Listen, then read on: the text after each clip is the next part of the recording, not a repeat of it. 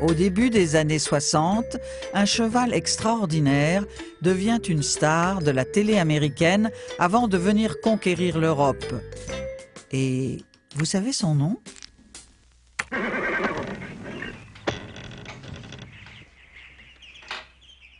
Hello, I'm Mr. Red.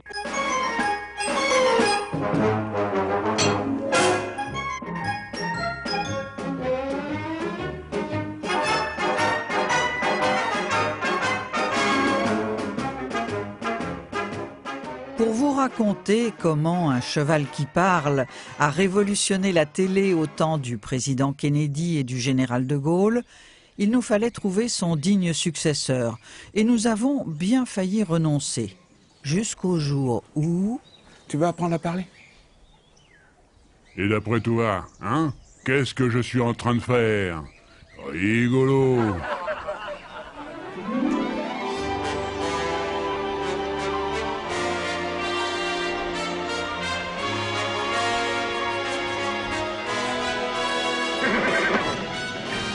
Hello, I'm Mr. Red.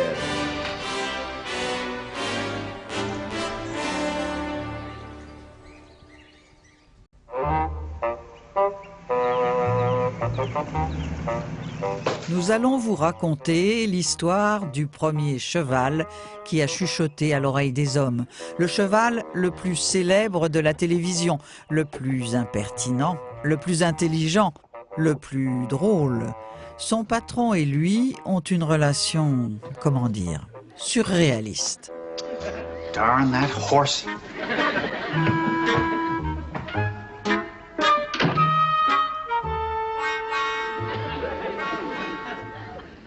Market drops 5 points. I'm glad my money's tied up in hay. Oh, morning, Wilbur. Never mind that. I'm tired of you beating me to the morning paper. I like to read it with my eggs. I like to read it with my hay. But when you get finished with the paper, nobody else can look at it. Pour corser le tout, c'est une relation cachée. Ed ne parle à personne d'autre, surtout pas à la femme de son patron.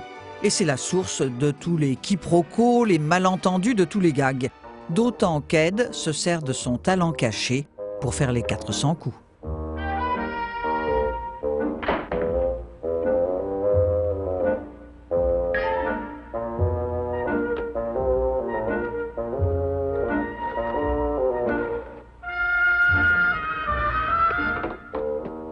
Operator, get me Washington, D.C., Treasury Department.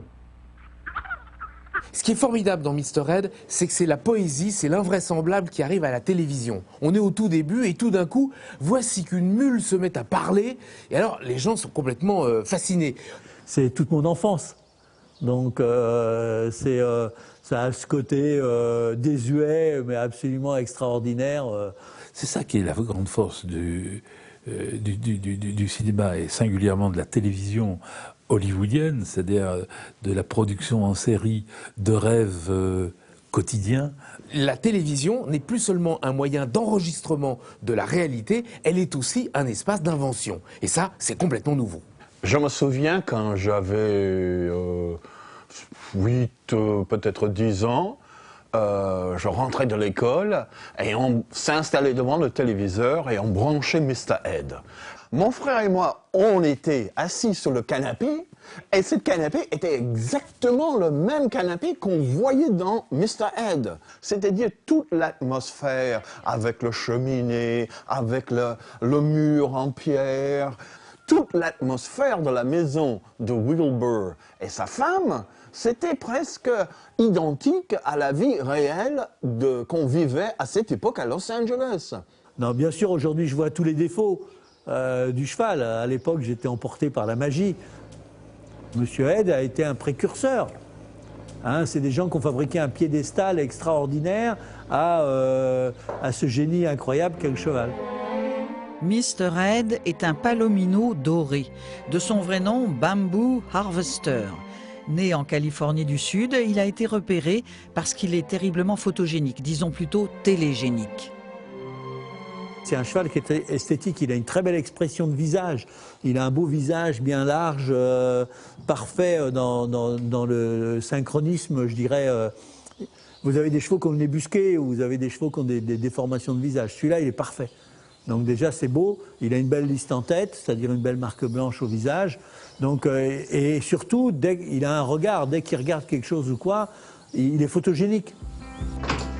I just know your speech doesn't sound sincere.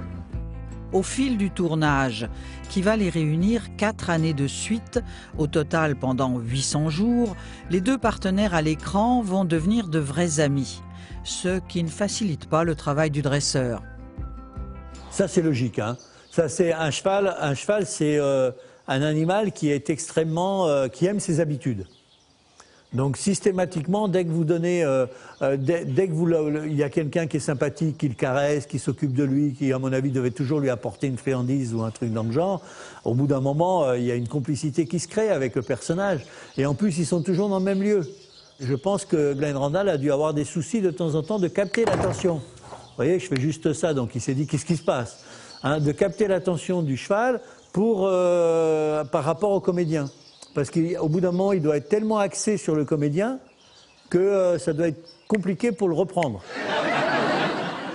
La règle est simple, l'acteur peut faire de grands gestes quand il est seul à l'écran et il doit bouger le moins possible quand il est filmé avec le cheval. They're backed by the government. You always get what you put in, plus interest. You can't lose. Aujourd'hui, je vois tous les moindres détails, le petit raccord qui est fait. J'imagine tout de suite le gars à côté qui fait ci, qui fait ça, pour que le cheval fasse ça, ça, ça, ça. Parce qu'au bout d'un moment, vous leur apprenez à suivre la main, le doigt et tout. Donc on passe notre temps à gesticuler. Mais le dressage n'est pas tout. On ne trouve pas tous les jours un cheval comme Mr. Ed. Nous sommes partis à la recherche de la perle rare et dans un élevage de palominos et de chevaux crème en Charente-Maritime, bingo, nous sommes tombés sur une jument épatante nommée Sueza. Elle se prépare pour son premier bout d'essai. Elle a le spectacle dans le sang depuis qu'elle est toute petite. C'est la spécialité de la maison.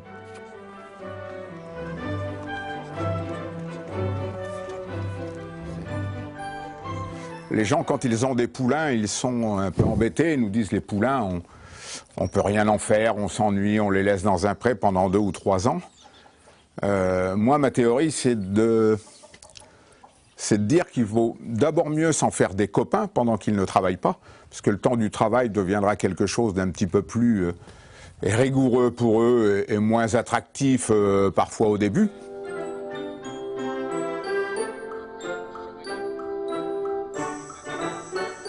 Ici, les poulains ont à peine 1 semaine.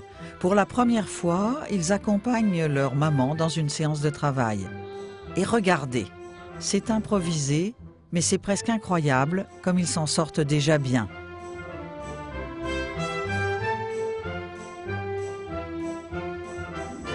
Et quand ils grandissent, la méthode du copinage avec les poulains va renforcer leur nature peu farouche.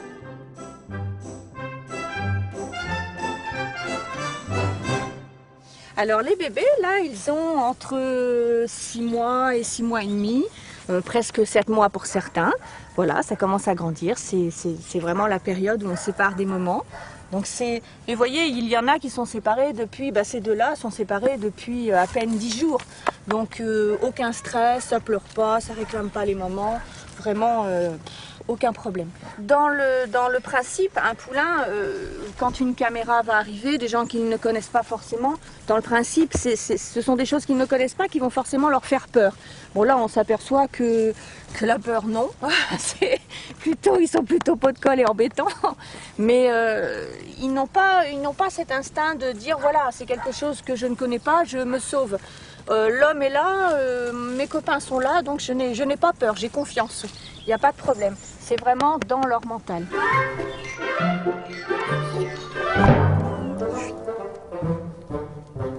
Donc c'est beaucoup plus simple après de partir avec des chevaux qui ont tu t'ennuies, tu bailles, qui ont une bonne disposition naturelle. Dans toutes les espèces, il y a des gens qui aiment certaines choses et qui n'aiment pas d'autres.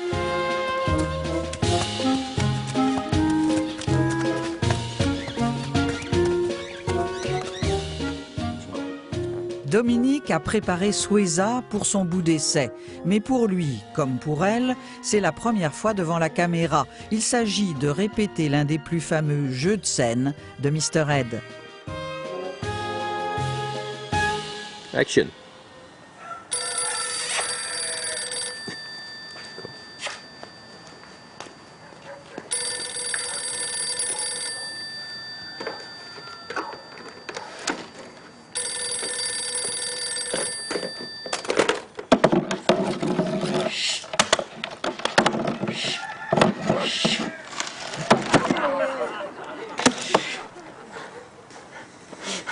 C'est bien, Matrice. Viens, doucement. Viens, Matrice.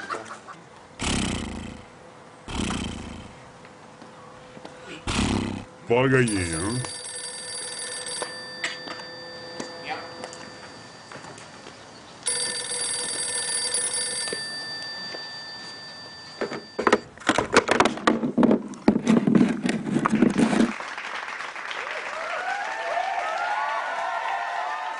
Arrêtez, vous me gênez.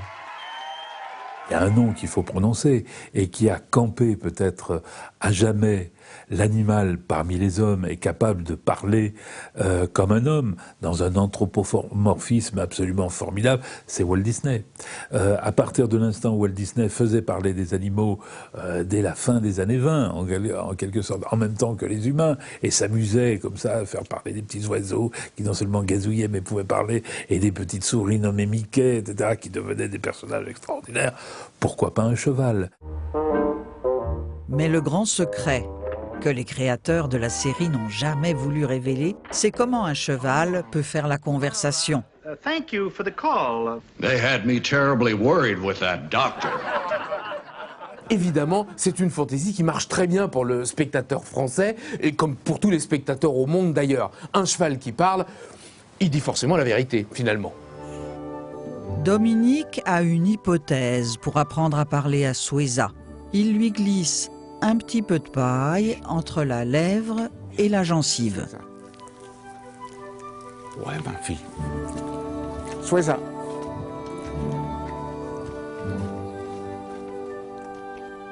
Et visiblement, elle a des dispositions.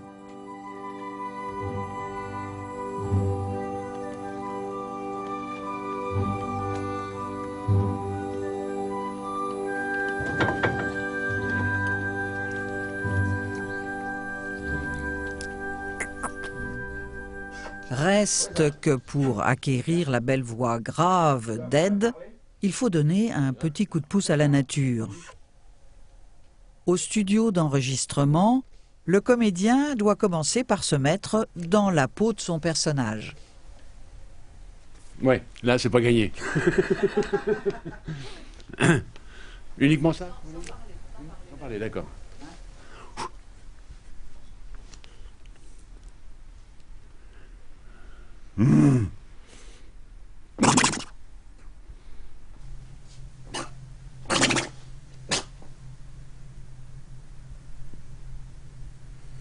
Pas terrible. C'est là-dessus, je pense qu'il y a peut-être deux trucs à caler. Au début, quand ça ouvre, ça peut servir pour le bonjour, c'est moi Ed. Et après, là, ça continue, il y a là, les autres. L'exercice consiste à placer les intonations de la voix dans le tempo imposé par les expressions du cheval pour cadrer avec sa personnalité. Bonjour, bonjour. Je m'appelle Ed. Ça ne marche pas du premier coup. Et j'ai droit à combien d'essais, moi? On va essayer ça, oui. Deuxième prise, on commence à y croire. Je vais refaire un peu de synchronisation, hein. On va essayer de le faire un peu mieux. Bonjour, bonjour. Eh oui, c'est moi, Ed. Vous connaissez maintenant? Eh oui. Comment ça va aujourd'hui? Hein? Je suis le cheval qui parle. Ça vous surprend, hein? Eh oui. Et pour faire exactement comme dans le feuilleton, il manque une dernière touche. Est-ce que je peux dire un gros mot? Hein? Oh, ce serait marrant, ça, hein?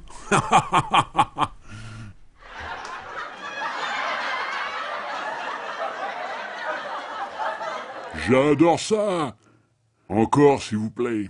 Encore! Et reconnaissons que cette très très belle idée de faire parler un cheval chez des humains, autant folle qu'elle puisse paraître, est une idée très économique. Pour pas très cher, on peut se faire plaisir et s'amuser beaucoup. Bonjour, bonjour, c'est moi, Monsieur Ed. Je suis le cheval qui parle. Ça vous surprend, hein? Eh ben oui, c'est comme ça. Hey. Pour peu d'argent, sans effets spéciaux, autre qu'une voix off mise sur un cheval qui bouge, avec quand même un beau travail de dresseur derrière, hein, quand même, parce que quand on regarde comment c'est fait, c'est très très bien fait. Il a fallu sans doute beaucoup de patience et des animaux fort sages et fort bien tenus. Eh ben oui, c'est comme ça. Hey. Mon maître qui m'a appris, hein. C'est touchant, hein. Mais moi j'aimerais bien qu'on parle de moi et de mes débuts. Dans ces années-là, pour les chevaux, il n'y avait pas grand-chose de neuf. Mais pour les humains, il y avait eu un grand changement. La télé était entrée dans leur vie.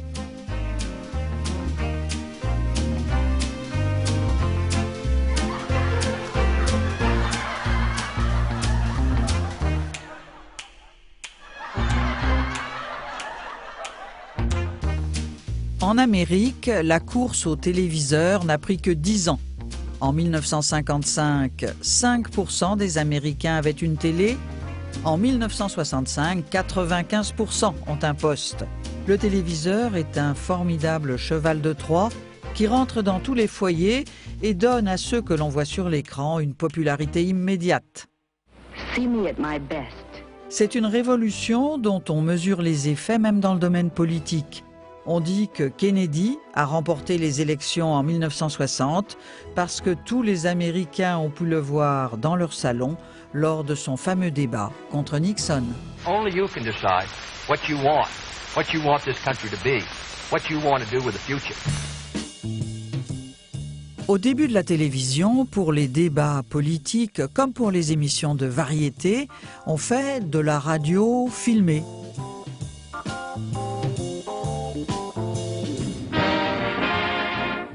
Tout au plus, la mise en scène se limite à des changements de costumes.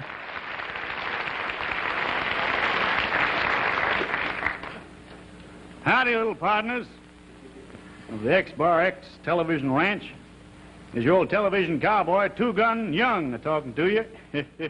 Ce cow-boy s'appelle Alan Young.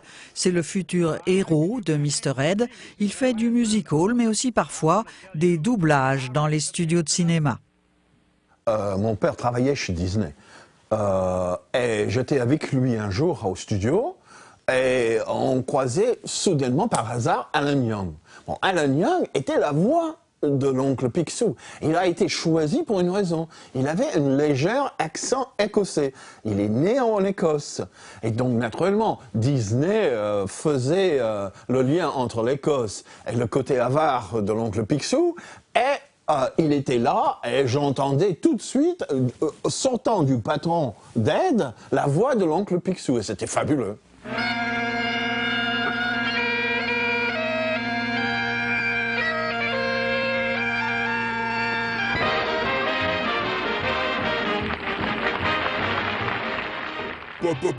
Hop, là. Attendez, la star, c'est le cheval, hein. Pas lui. C'est très important de comprendre la naissance de l'idée de cet extraordinaire feuilleton qui s'appelle Mr. Ed. Parce que derrière cette feuilleton, il y avait un grand génie de la comédie américaine qui s'appelait George Burns. Et George Burns, qui n'est pas si connu en France, était l'un des grands pionniers de la télévision américaine. Il avait commencé à la radio, et c'était lui qui avait fait le pari de bouger son programme de radio à la télévision, avec sa femme, Gracie Allen. Leur programme lance vraiment la comédie à la télévision, avec des blagues à double sens, un tempo infernal et des comiques de situation qui vont devenir la marque de fabrique des sitcoms. You know, my favorite subject is show business. Oh, there's Gracie.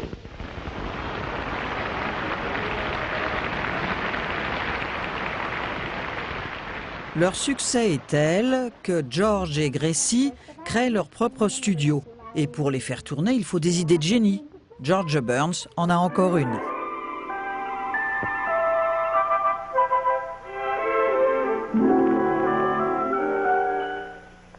How do you do? I'm George Burns. You can tell by my cigar. At my age, I've got to hold on to something. Well, I'm here to talk to you about that picture you just saw. Isn't that talking horse a wonderful idea? I think the possibilities of that idea can go through the roof. I think this can be the #1 television show. Pour présenter son idée, il tourne un pilote, un épisode qui va servir de test. Il y a un décor simple, un brave garçon, avec sa femme et avec son cheval qui parle. Burns me, my own wife, my own neighbors. I tell them you can talk and they all think I'm crazy. Well, that figures. If I told other horses I was talking to a man, they'd think I was crazy. Yeah, you're right, old fella. Stop calling me old fella. My name's Ed. All right. So we'll call you Ed, the talking horse. Why, you'll be rich, you'll be famous. Mais le jour de la projection, c'est un flop phénoménal. Un désastre tel que n'importe qui d'autre aurait arrêté les frais. C'est mal connaître George Burns, il décide que c'est la faute des acteurs et du cheval et décide de les remplacer. En regardant toutes les photos des candidats, des acteurs qui se présentaient pour jouer le rôle de Wilbur Post, le patron d'Ed, Burns, avec sa voix très à la cigare, tombe sur la photo d'Alan Young. Et il dit, ce mec-là, il a la gueule de quelqu'un à qui un cheval voudra parler. And now I'd like to introduce the new star of our series. And the gentleman that we signed to play the husband in the lead is a star. When he first started, he set the television world on its ear. And in this series, he can do it again. Gentlemen, Alan Young. Your Honor? A little nervous. Mr. Burns said that I was a great comedian and a great actor. Well, he exaggerated just a little. But I'm not going to argue with him because he's a very smart man. I know I'm a fool to do this because he's going to steal the show, but... Gentlemen, this is Ed. How do you do? Naturellement, une fois que Burns avait choisi son Wilbur, il fallait trouver la voix pour Mr. Ed. Et ça, c'était pas facile. Mais il avait une idée, et donc ils ont approché un acteur des westerns qui s'appelait Rocky Lane. Et la voix américaine est Rocky Lane. He's just nervous. Mais Rocky Lane avait peur de perdre son boulot de cowboy dans les westerns, donc il disait « Je ne vais pas me brûler avec ton cheval, je ne veux pas que mon nom apparaisse sur la générique. » Et c'est pour ça qu'à la fin de la générique apparaît Mr. Ed par lui-même. C'était fantastique parce que ça ne faisait qu'alimenter le mystère d'un cheval qui parle. Il en a de la veine, que je sache parler. Et celui qui a de la chance, hein, c'est Burns. Il va s'en faire du pognon. Et comment? And now I'd like to talk about the writing end of this series. And I know a lot about writers because all my life I've been locked up with them. That's my real business. And the basic problem of any weekly series is your script. After about the 9th or the 10th week, the writers get a little tired, and they can't think of new situations and fresh ideas. But with a talking horse listening to what's going on around the neighborhood, this is an impossibility. Storylines are endless. In fact, the writers that are going to be signed for this show should pay us. Les scénaristes sont partis pour 140 épisodes, et Ed aussi. Car contrairement à ses collègues de l'écran comme Rintintin, qui est joué par plusieurs chiens, c'est toujours le même cheval qui joue Ed. Je ne mettrai pas ma main au feu que c'est toujours le même cheval. D'abord, c'est une question de... Je dirais c'est une question de sécurité de production. C'est d'être obligé, si un jour le cheval est malade ou a des coliques, vous êtes obligé d'avoir un autre cheval. Donc, mais si le cheval a tenu 140 épisodes, extraordinaire, chapeau. Ed va devenir une star du petit écran, au même titre que Steve McQueen ou Clint Eastwood, qui lui s'invite un jour en voisin sur le feuilleton du cheval qui parle.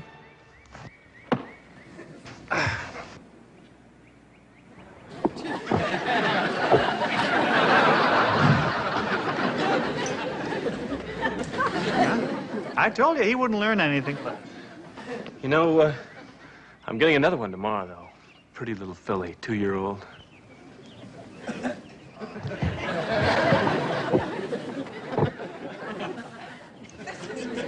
See? He likes you. Le plus compliqué, c'est ça. Une des choses les plus compliquées du cinéma, c'est d'arriver à refaire 7, 8, 9 fois la même scène. Parce qu'au bout d'un moment, il n'en a plus rien à foutre. Donc c'est d'ailleurs ce que j'ai expliqué un jour à Luc Besson. Je lui ai dit, comme c'est quelqu'un qui est toujours très impulsif, je lui avais dit, Luc, il ne faut jamais t'énerver avec les chevaux parce qu'ils n'en ont rien à foutre que ce soit Luc Besson qui dise moteur ou Spielberg.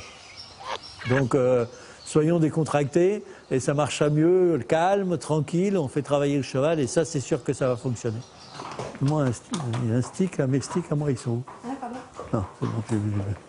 Alors là, c'est quand tu veux jouer le pauvre malheureux. Alors bien sûr, après, si on l'entraîne un peu au cinéma et tout, on enlève tout ce qui est l'école, les choses comme ça. On met le cheval nu entièrement. Et là, il est malheureux. Alors on peut l'arrêter après. Stop, stop. Voilà, on l'arrête là. Parce que là, d'un seul coup, c'est le cheval beaucoup plus... il va un peu mieux, patati et patata, donc la scène continue, quoi. Alors ça, bien sûr, ça peut être fait avec un noir ou un baie ou la couleur que vous voulez, quoi. Voilà. Voilà, ça glisse un peu. Voilà. Effectivement, Monsieur Ed, on dit souvent qu'il était excellent à la première prise, ce qui est vrai. Très très souvent, les chevaux, vous les faites juste répéter un tout petit peu, vous les positionnez, et là, vous dites moteur, action, et là, ils sont parfaits. Au cinéma, c'est connu, les stars ont leurs caprices. Ed quitte tout bonnement le plateau quand il en a assez, réclame des litres de thé à boire chaque jour et des pommes. Des pommes, pas des poires.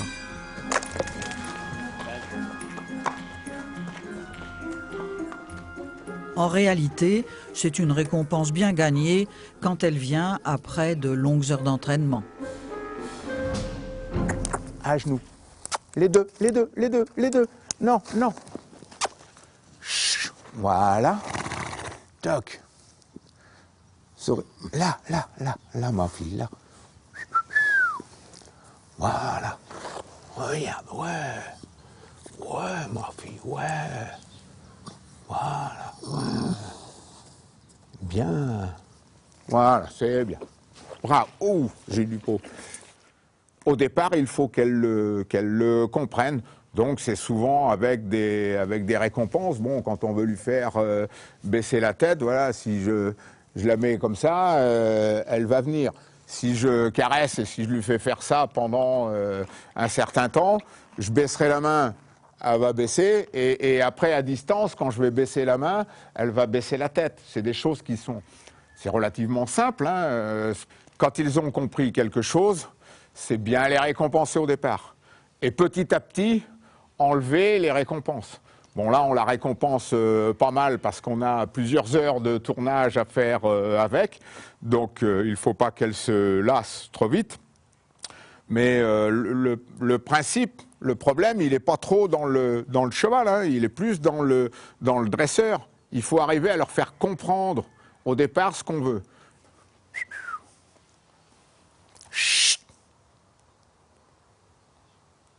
Et une fois qu'elles ont fait ça, après il faut mettre, on appelle ça généralement un bouton, c'est-à-dire un code. Quand je suis par rapport à elle, selon la position que j'ai, je touche au même endroit le cheval et la réaction n'est pas la même. Parce que si je suis devant ou si je suis derrière, elle a mémorisé que ce n'est pas la même chose que je voulais. Coucher, coucher, coucher, coucher. Voilà. Les gens ont tendance à dire que ça ne comprend pas, ça comprend très très vite. Ça comprend aussi ce qu'on veut et ça va très vite à trouver la parade parce qu'ils peuvent se lasser dessus.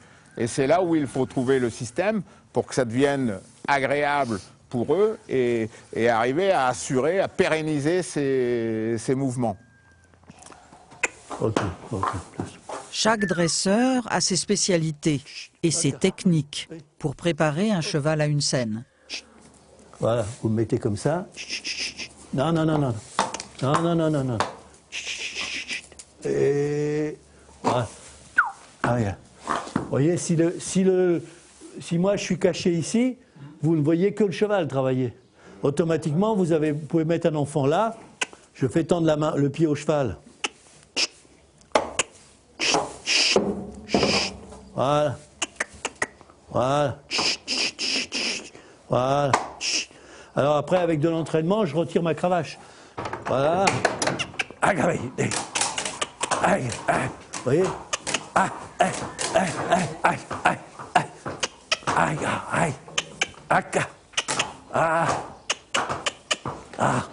Donc ça, c'est vraiment des chevaux acteurs. C'est des chevaux qui aiment le cinéma. Ils savent immédiatement, lorsqu'on emmène un cheval sur un plateau de cinéma, il sait déjà qu'il va faire quelque chose de spécial. Well, Ed, it's all finished. I just made out my will. Good. Who'd you name as executor? Executor? You know, the one who hands out the loot. Oh, Addison. Oh, Wilbur, he hates me. That's like cutting me off without one red carrot. Wait a minute, Ed. You may not like Roger, but when the chips are down, he's a perfectly gentle and honest man. Yeah? Name me one animal lover who had a mustache. Theodore Roosevelt.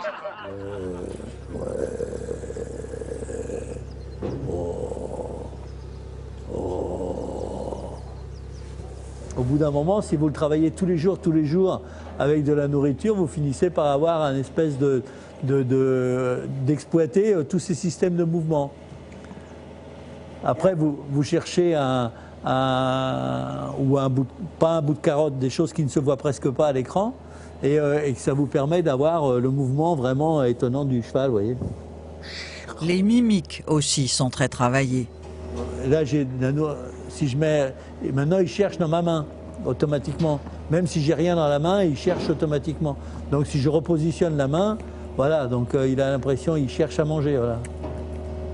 Et au bout d'un moment, vous ne mettez plus rien du tout, bien sûr. Et après, il va revenir, mais il va pousser, voilà. Et lui, il n'est pas préparé du tout à ça. Hein. Donc, si je refais ça pendant une quinzaine de jours ou 3 semaines pour lui apprendre des tas de mouvements comme ça, c'est ce que vous faites, automatiquement, vous avez le résultat escompté. Donc, il sait que chaque fois que vous allez mettre la main comme ça, il va falloir la pousser. Vous voyez, tout ça, c'est des points de recherche. Alors après, lorsque vous avez la caméra, vous lui faites dire tout ce que vous voulez. J'ai même fait pleurer un cheval à l'écran. Yeah, that tickles. Watch my mole. You're feeling more secure now that you know you're mentioned in my will, huh?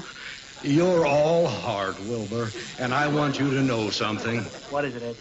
If I should go first, everything I own goes to you. Well, that's very kind of you, but I look kind of silly walking around with horseshoes in a saddle, huh? I wish I could leave you something, Wilbur. Oh, Ed, you'll be leaving me wonderful memories of a horse that is faithful and kind. A true friend and a pal. There'll never be another horse like you, Ed. What's wrong? I'm not even gone, and I miss me already.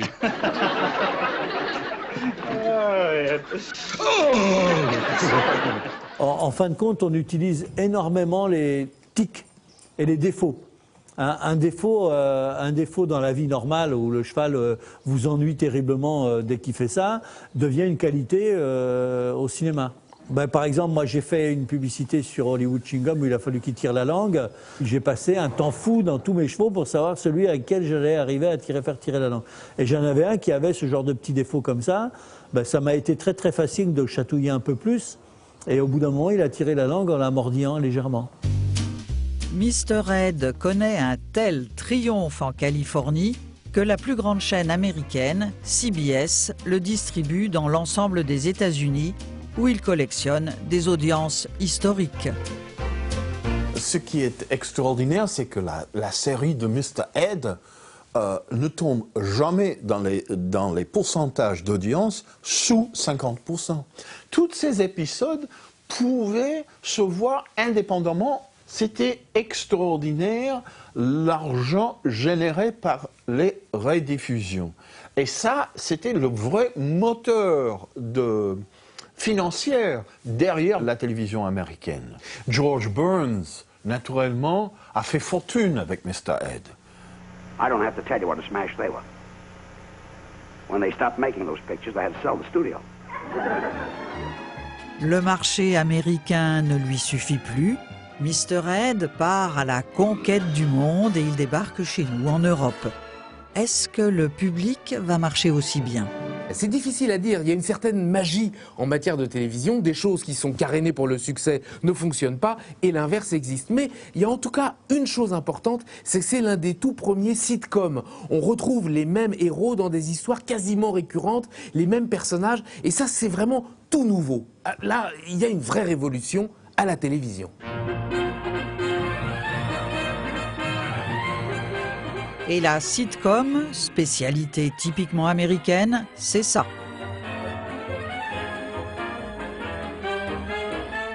Sitcom, ça veut dire comédie de situation. C'est drôle, avec des rires enregistrés, des héros qu'on retrouve d'un épisode à l'autre dans le même décor, avec une succession de gags, parfois un petit peu téléphonés.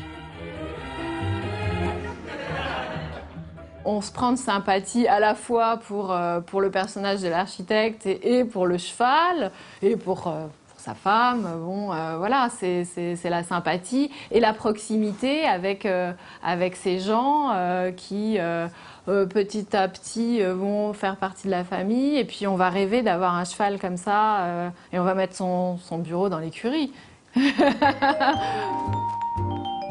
En France aussi, le feuilleton cartonne à l'époque. Mais le super-héros n'est pas chevalin, il est chevaleresque. On identifiait à 2 millions, en 63, 2 millions de postes de télévision en France. Ça donnait entre 6 et 10 millions de spectateurs potentiels, puisque quand on n'avait pas la télé, ben on allait la voir chez les voisins, etc., pour des rendez-vous, et c'était le cas. Souvent, on se dit, on va voir tirer la fronde chez le voisin, nous, on n'avait pas la télé, etc.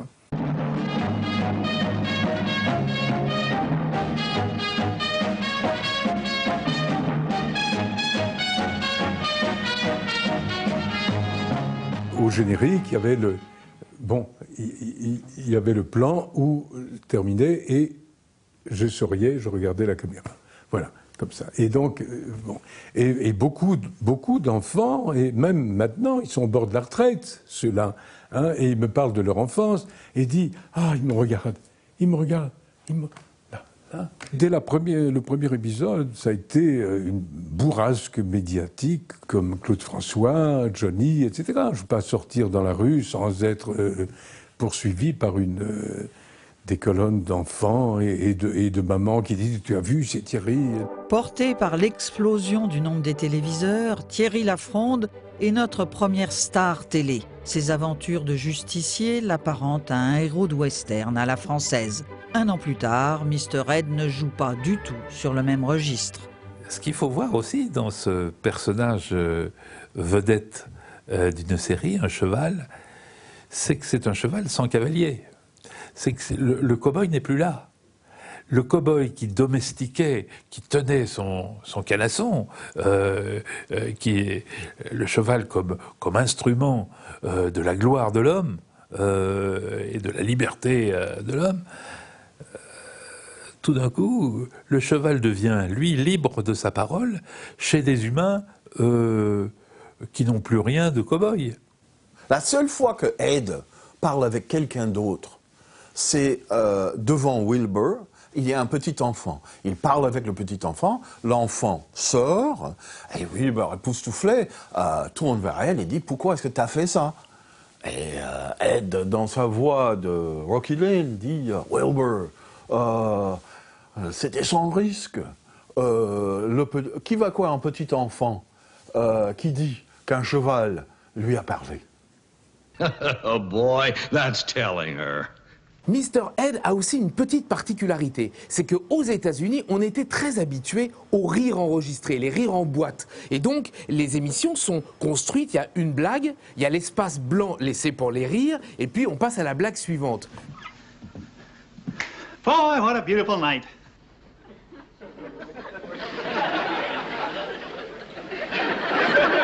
Why are you all smiling? Addison just told us a very funny joke. Pour le public français, il a été jugé que le public était trop intelligent et que donc, non, les rires en boîte, vraiment, il ne fallait pas. Et du coup, quand on regarde Mr. Ed, on est étonné parce qu'on les voit faire une blague et puis là, pendant quelques secondes, silence. Voilà, c'est là où il y aurait dû y avoir des rires. Et puis après, ça repart. Quelle merveilleuse soirée!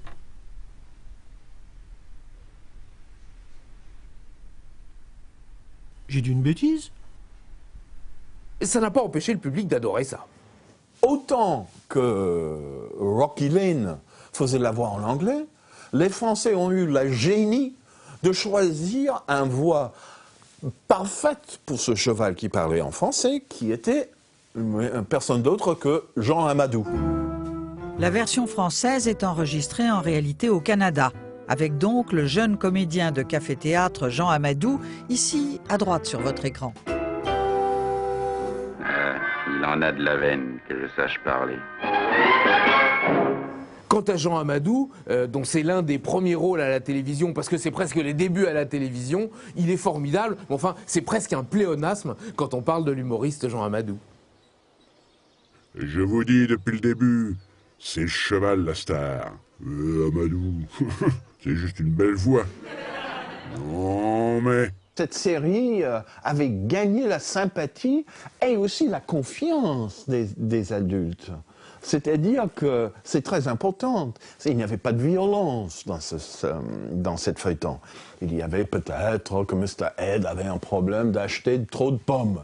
Mais en général, c'était presque... le concept était parfait pour les enfants. Le cheval le plus célèbre de la télé enchante les enfants comme les adultes par son attitude cabocharde et propose une vision bon enfant de la prospérité américaine, modèle Kennedy. C'est fou ce que l'Europe a envie de ressembler à l'Amérique à cette époque-là. C'est le rêve kennedien pur et simple, quoi. Hein. Un petit cheval dans la prairie, encore mieux dans son salon, un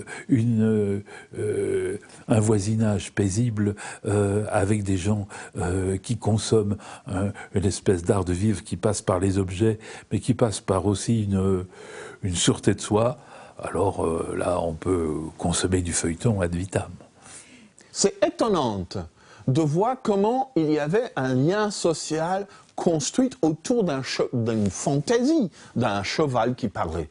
Et ça a duré. Vous allez trouver dans votre entreprise, ou je sais pas, ou au sport, quelqu'un qui est comme vous, qui adore les séries, et vous allez en parler, vous allez échanger. Mais alors, t'as vu le nouveau Ah non, je l'ai pas vu celle-là. Attends. Voilà, il y a un côté communauté de fans, disons. Enfin. Ce qui est frappant aujourd'hui, c'est que tous les gens de ma génération, quand on parle d'Ed, tout le monde connaît la chanson. A horse is a horse, of course, unless he happens to talk, of course. Et ça est resté une partie de la culture populaire américaine de cette époque. Hallo, ich bin Mr. Ed. A horse is a horse, of course, and no one can talk to a horse, of course.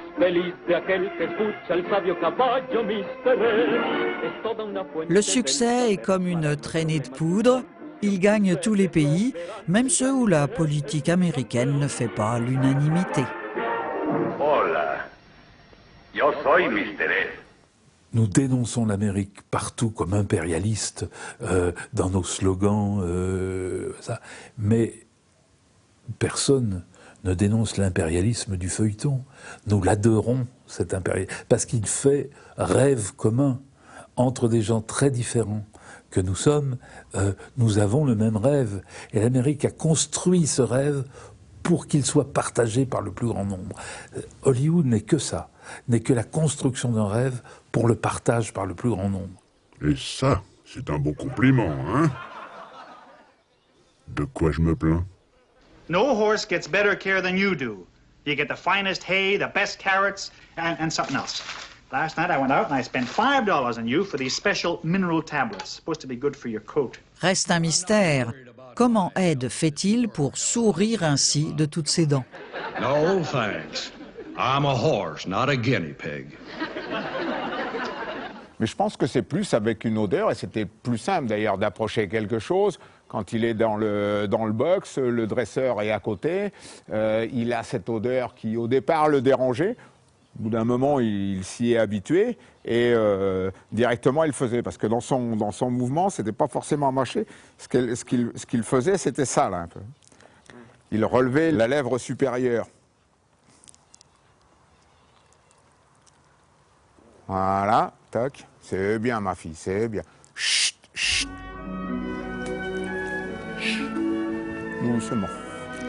Chut. Assis, assis, assis, assis. Chut. Chut, chut. Assis. Moi, j'ai quand même très touché, au fond, par cette capacité qu'a l'Amérique de rendre possible ce qui est invraisemblable, et de le rendre amical, sympathique. Il y a là quand même un vrai génie. Hein. Alors, on peut dire démagogie, facilité, infantilisme, oui. On peut dire aussi talent, on peut dire aussi générosité. Ed, I've changed my mind. I've decided to see a lawyer and get a will drawn up so that you'll be taken care of. Oh, that's swell. You planning to leave something for your wife, too? Well, you feel more secure now? Yeah, maybe I won't be a wealthy cat, but I won't be a starving horse. C'est comme un tour de magie. C'est parce qu'on sait que tout est faux qu'on a tellement envie d'y croire, qu'on est ébloui et convaincu. Si le merveilleux travail des dresseurs, des scénaristes, des réalisateurs a pu créer un cheval qui parle, il suffirait de presque rien pour que nous ayons nous aussi un pouvoir magique. Celui d'entendre murmurer les chevaux, par exemple. C'est vrai, il suffirait de presque rien. Un jour, on était dans le parc, et qui vois-je?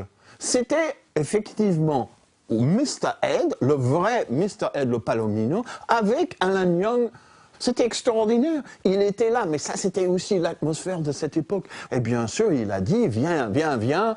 Et je me souviens très bien d'avoir approché Mr. Ed, lui a donné une petite caresse sur le nez. Et il était très gentil, cet bamboo harvester, qu'on se souviendra toujours comme Mr. Ed. Il a dit quelque chose? Bien sûr qu'il a dit quelque chose, mais ça reste entre lui et moi. Allez,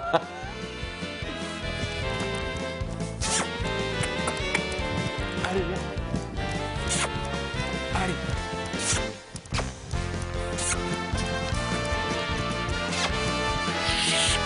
Attends, hey. Bien.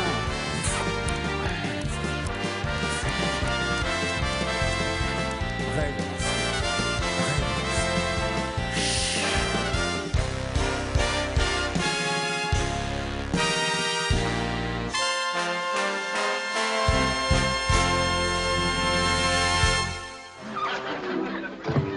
Good night, boss.